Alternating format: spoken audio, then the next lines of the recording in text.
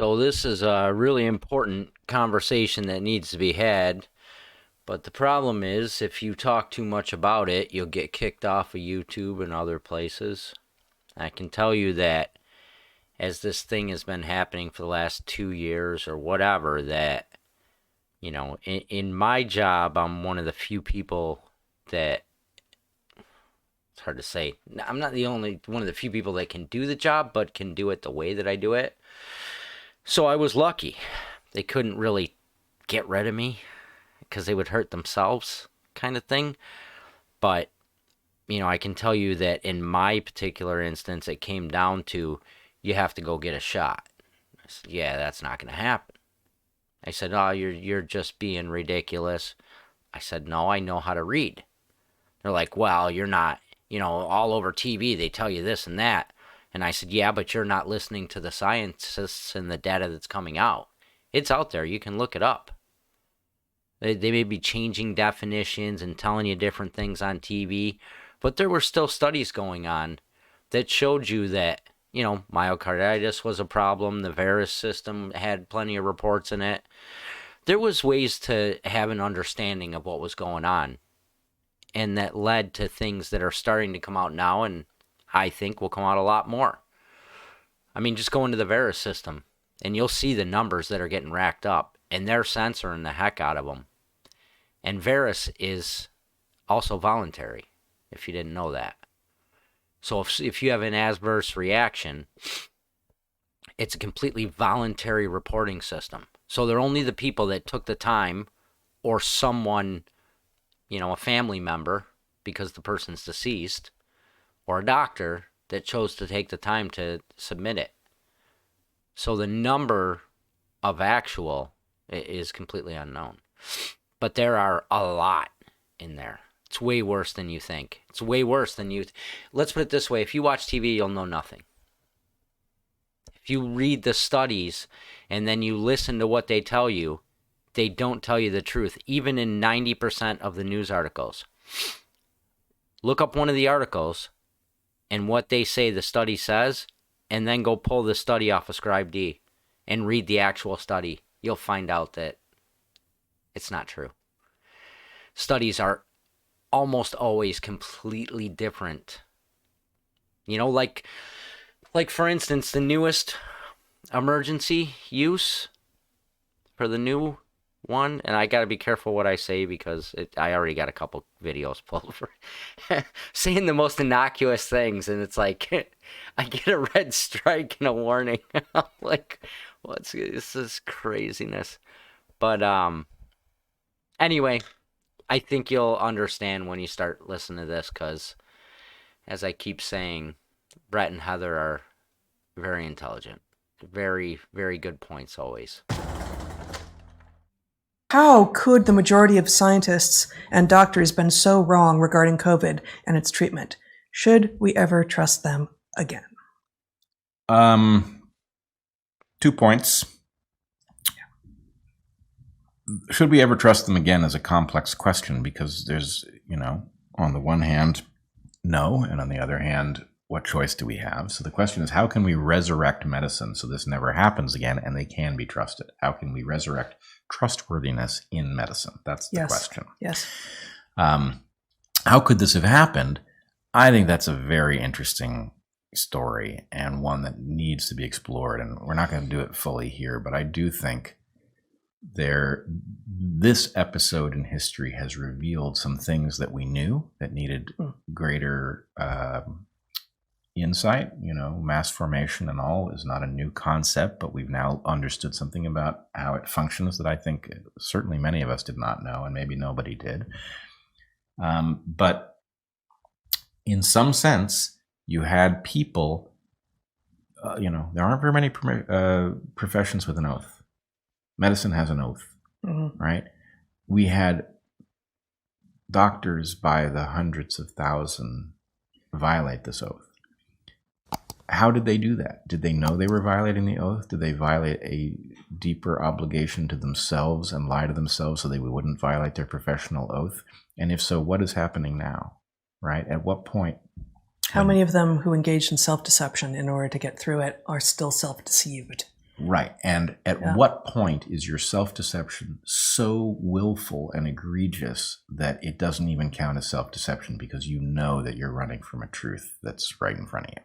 And I don't know how we deal with this, but I will say the one piece of actual wisdom I have on this front is, yes, the vast number of doctors who saw things, understood that there was more to this puzzle, understood that those of us who were concerned about it were not crazy and didn't say anything,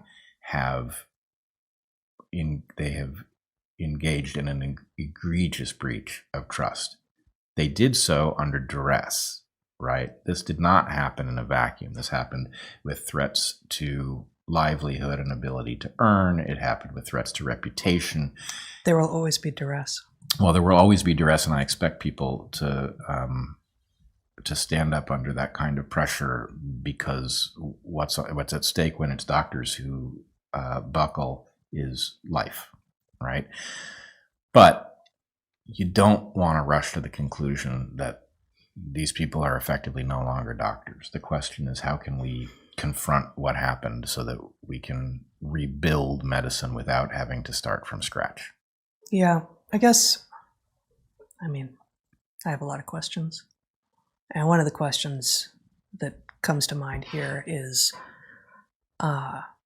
given how much evidence there is now for a variety of forms of early treatment in the scientific literature, in empirical experience by many doctors in the US, and in the formal protocols being adopted by many other countries, how do American doctors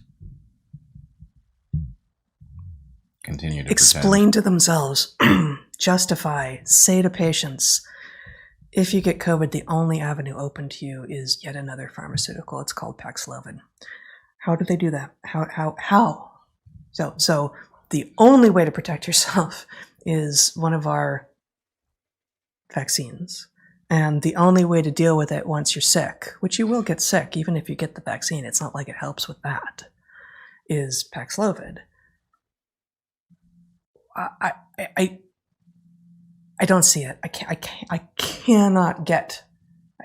I just don't know how you could possibly, if you are a practicing doctor who is actually recommending courses of action to patients, and you are not telling them to get in the sun and consider laying in, especially in the winter, and taking regularly D and C and magnesium and zinc, and having a supply of melatonin on hand, and still super dicey in the US, got us demonetized, but for fuck's sake, hydroxychloroquine and ivermectin are good treatment.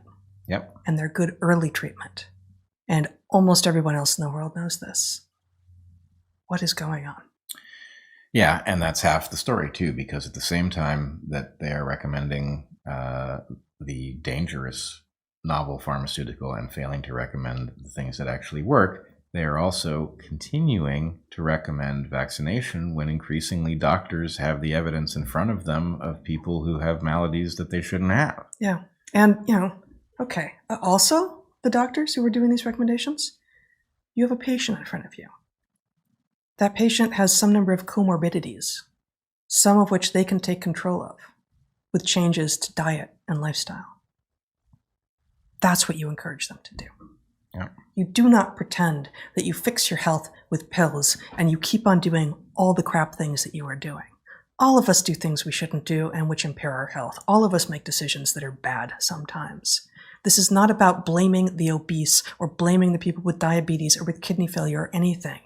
But many of these conditions have in them an element which can be improved with changes that the individual can take with regard to their behavior and the choices they make. They should be doing that, and their doctor should be telling them that they should be doing that. Yeah. Not simply writing a script. In fact, it is dereliction of duty. It is dereliction of duty, and this goes way before COVID. Yes. Right? The fact is, preventive medicine is not a new concept. It is obviously the right thing to be advocating, and a system Yes. that is hell-bent on waiting for you to get sick, diagnosing your sickness quickly, and throwing a pill at you without regard for its side effects. That's obviously not a system interested in your health. And this is precisely what, the allopathic medicine, the MDs are much more likely to do I'll just write you a script and it might deal with your symptoms, maybe not. Maybe I'll see you for another 10 minutes in 6 months, maybe not.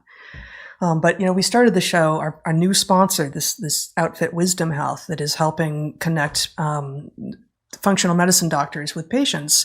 That's going to be naturopaths. And I can say now, having dealt extensively pre-COVID, forget COVID for the moment, if you can, that the allopathic medicine industry is largely very confused on questions of evolution and diagnosis. And you're far more likely to find people who are willing to and interested in thinking and in actually laying hands on your body and figuring out what is going on with you over an osteopath and naturopath territory. Much more likely. Yep, I agree. Yeah.